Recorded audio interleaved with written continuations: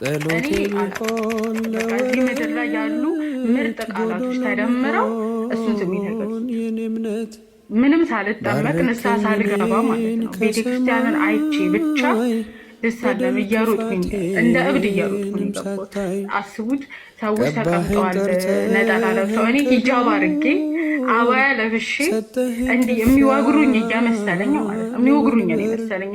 ምን ታረጊያለሽ ምናምን ያንን ፊል እያደረግኩኝ ገብቼ ከዛ ልክ አላቅም ብቻ ቤተ መቅደሱ ጋር ሄጄ ስሳለም ክርስቶስ እኔን እየፈለገኝ ነበር። ከዛ አገኘኝ፣ አግኝቶ ሲያቅተኝ አይነት ስሜት ነው ይሰማኝ እና ያለቀስኩት የእውነት ነው የምላቸው ለክርስትና ስመለስ ነው። እኔ ሻሃዳ ሲል አላለቀስኩም፣ ምክንያቱም የለም መለኮት የለም፣ ይሄ ምንም በቃ መንፈስ የለም እዛ። የእግዚአብሔር መንፈስ ያለው እኛ ጋር ነው እና እኔ አላቅም እንዴት እንደምገልጸው ይሄን አሁንና በፊት በጣም ነው የምለያየው። በጣም አሁን ሙሉ ሴት ሆኛለሁ። እንደተጻፈው ሙስሊም ስትሆኑ ትጎድላላችሁ። ሙስሊም ሴት ጎዶሎ ናት።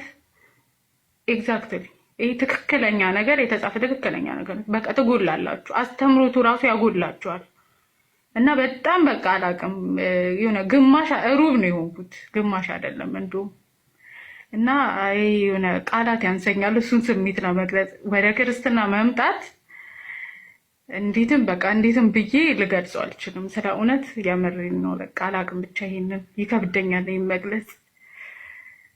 ግን ያ ጨለማ ብቻ አልፏል፣ እግዚአብሔር ይመስገን።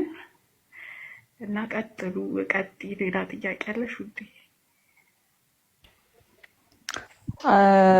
እግዚአብሔር ያክብርልን፣ እግዚአብሔር ይስጥልን። ማለት ያው አንዳንድ ጊዜ በአስተምሮ ደረጃም ብቻም ሳይሆን እራሳችንን በሰውኛ ደረጃ በማንነት ደረጃ